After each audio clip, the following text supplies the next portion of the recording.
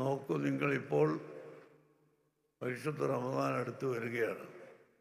സക്കാത്ത് committee രൂപീകരിച്ചു.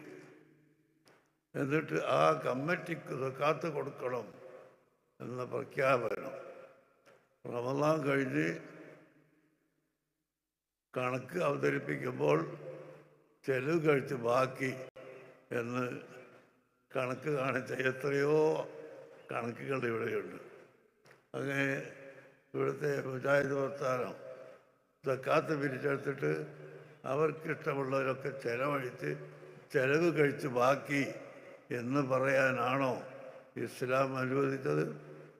ഇസ്ലാം സക്കാത്ത് അതിൻ്റെ അർഹരായ ആളുകൾക്ക് കൊടുക്കുകയാണ് വേണ്ടത്.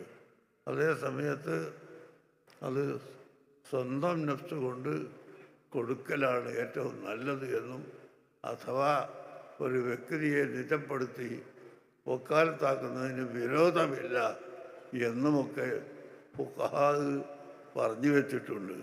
അതിനെല്ലാം കാറ്റിൽ പറത്തിക്കൊണ്ട് കഴിവുള്ള മുതലാളിമാരെ കണ്ടുമുട്ടി അവരുടെ സക്കാത്ത് പിരിച്ചെടുത്ത് എന്നിട്ട് അവരുടെ സംഘടനയിൽ ആവശ്യമായ എല്ലാ ചെലവുകളും ചെയ്ത് അവസാനം കണക്ക് അവതരിപ്പിക്കുമ്പോൾ ചെലവ് കഴിച്ച് ബാക്കി എന്ന് വായിച്ച റിപ്പോർട്ടുകൾ ആർക്ക് വേണമെങ്കിൽ ഞങ്ങൾ അവരുടെ റിപ്പോർട്ട് ഞങ്ങൾ നിങ്ങൾക്ക് രേഖയായി തരും. അങ്ങനെയല്ല വേണ്ടത്. അങ്ങനെ ചുരുക്കത്തിൽ മനുഷ്യൻ്റെ സക്കാത്തും സദക്കയും നോമ്പും എല്ലാം നഷ്ടപ്പെടുത്തുന്നു.